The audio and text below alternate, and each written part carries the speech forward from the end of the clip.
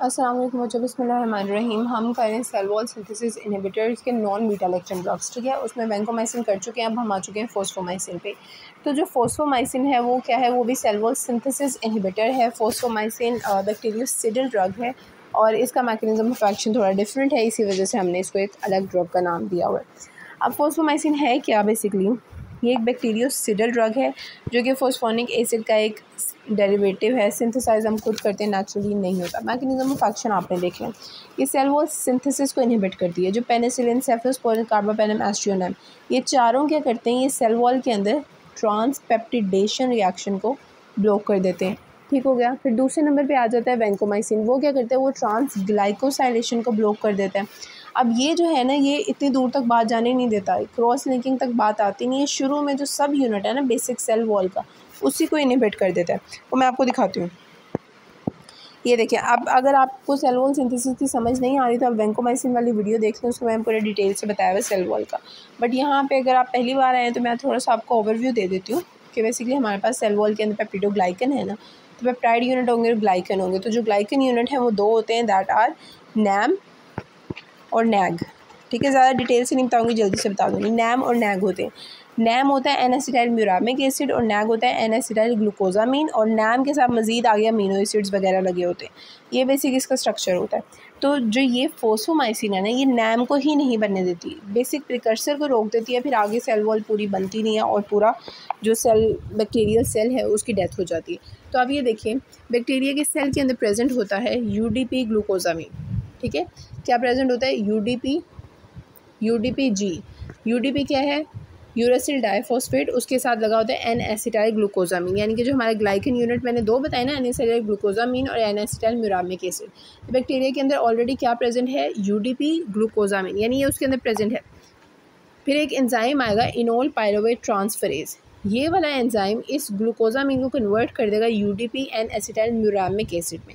अब ये muramic acid के साथ पेंटापेप्टाइड चेन बाइंड करेगी और ये फाइनली सारी चीज़ें मिल मिलाकर ऊपर आ जाएंगी और आपस में बॉन्ड्स बनाएंगी और सेल वॉल सिंथेसिस हो जाएगी। अगर लेट्स से किसी ड्रग की वजह से हम इस एंजाइम को इनहिबिट कर दें, ये वाला जो एंजाइम है इनोल पायरुवेट ट्रांसफरेज, अगर मैं इसी को इनहिबिट कर दूं तो यूडीपी ग्लूकोजामीन से यूडीपी म्यूरामिक एसिड नहीं बनेगा। जब म्यूरामिक एसिड नहीं बनेगा तो कुछ भी नहीं हो सकता, तो सेल वॉल सिंथेसिस रुक जाएगी। तो फॉस्फोमाइसिन बेसिकली क्या करती है, वो इनोल पायरुवेट ट्रांसफरेज को ब्लॉक कर देगी। जब ये एंजाइम ब्लॉक हो जाएगा तो यूडीपी म्यूरामिक एसिड नहीं बनेगा। यूडीपी म्यूरामिक एसिड नहीं बनेगा तो सेल वॉल सिंथेसिस भी नहीं होगी। तो ये बेसिकली मैं आपको ऊपर से दिखाती हूँ। हम रिटन नोट्स देख लेते हैं। सबसे पहले क्या होगा, bacteria block cell wall synthesis by inhibiting the enzyme enol pyruvate transferase. इसका पूरा नाम लिखा हुआ है UDP N acetyl glucosamine enol pyruvate transferase. ये आप पूरा नाम देख लें। बेसिकली वो जो इनोल पायरुवेट ट्रांसफरेज है, इस एंजाइम को इनहिबिट कर देगा। जो फर्स्ट स्टेप है ना पेप्टिडोग्लाइकन सिंथेसिस का, इसने जाके उसी को ब्लॉक कर देना। इसकी वजह से नैम यूनिट की सिंथेसिस नहीं होगी। जब नैम की सिंथेसिस नहीं होगी, जो कि एक एसेंशियल प्रिकर्सर है पेप्टिडोग्लाइकन का, तो पेप्टिडोग्लाइकन भी नहीं बनेगी और बैक्टीरिया जो है उसकी सेल डेथ हो जाएगी। रेजिस्टेंस कैसे डेवलप होगी, कि रेजिस्टेंस ऐसे डेवलप होती है कि बैक्टीरिया के सेल है ना, उसके अंदर ये एंजाइम है इनोल पायरुवेट ट्रांसफरेज और सब कुछ, तो बैक्टीरिया ड्रग को एंटर ही नहीं होने देगा। या अगर ड्रग एंटर होगी तो उसको बाहर इफ्लक्स कर देगा, बैक्टीरिया ड्रग को एंटर ही नहीं होने देगा। तो बेसिकली ड्रग की इंट्रासेलुलर एक्यूमुलेशन को ही डिक्रीज़ कर देगा। तो हमने क्या कहना है कि रेजिस्टेंस कैसे डेवलप हुई है, we are decreased intracellular accumulation of drug. लेकिन ये इसके लिए इतना इंपॉर्टेंट नहीं, इसके लिए मेन इंपॉर्टेंट चीज़ इसका मैकेनिज्म ऑफ एक्शन है, स्पेक्ट्रम है। अब स्पेक्ट्रम देख लें, स्पेक्ट्रम या यूज़ दोनों एक ही तरह है कि बेसिकली इसका बहुत थोड़ा सा यूज़ है लेकिन इंपॉर्टेंट है।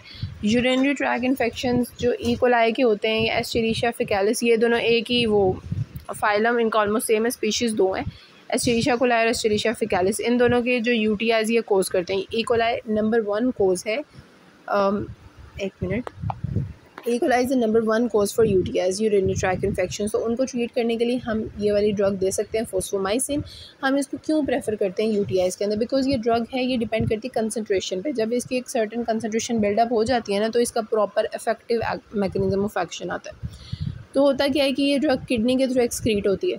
तो ये किडनी के थ्रू एक्सक्रीट हो रही है ना, तो यूरिन स्टोर हुआ था यूरेटर में और ब्लैडर में और सब, तो ये एक्सक्रीट होते वक्त वहीं ब्लैडर में रहेगी, उसकी कंसनट्रेशन वहाँ बढ़ती रहेगी। जब एक सर्टेन अमाउंट ऑफ कंसनट्रेशन आ जाएगी तो वहाँ पे जितने भी बैक्टीरिया है ये उसको किल कर देगी, क्योंकि ये वहीं पे स्टे करेगी। एक जब इसकी कंसंट्रेशन बिल्डअप हो जाएगी फिर उसके बाद में एक्शन करेगी और फिर एक्सक्रीट हो जाएगी। तो इसीलिए हम इसको प्रेफर करते हैं यूटीआईज़ के अंदर, ई कोलाई और ई फेकैलिस के इन्फेक्शन में। और इसके अलावा अगर हम फ्लोरोक्विनोलोन्स के साथ दें, जो कि आगे ड्रग्स आ रही हैं, प्रोटीन सिंथेसिस को ये लोग ब्लॉक कर रहे होते हैं, तो अगर हम 7 डे कोर्स करें फ्लोरोक्विनोलोन्स के साथ तो इसका ज़्यादा इफेक्टिव काम आए। ऑब्वियसली वो सिनर्जिस्टिक काम हो जाता है कि 2 ड्रग्स एक जैसे काम कर रही हैं। तो सिनर्जिस्टिक का मतलब मैं आपको यहाँ पे बता दूँ, सिनर्जिस्टिक का मतलब होता है कि एक ड्रग का एक्शन है 2, दूसरी का भी एक्शन है 2, अगर ये सिनर्जाइज करें ना तो इनका सम 6 के बराबर होगा, तो ये सिनर्जी होती है। ठीक है, तो ये सिनर्जिस्टिक इनका एक्शन हो जाएगा। फिर एडवर्स इफेक्ट आप देख लें, एडवर्स इफेक्ट इसके हैं डायरिया, नोज़िया, हेडेक। ये तो सिंपल हो गया ना, डायरिया, नोज़िया और हेडेक। और वेजिनाइटिस भी कोज कर सकते हैं, क्योंकि मैंने आपको कहा ये वहाँ जाके वहीं स्टे करेगी ड्रग, तो वहाँ पे इन्फ्लेमेशन वगैरह भी कोज कर सकते हैं अगर इसकी कॉन्सेंट्रेशन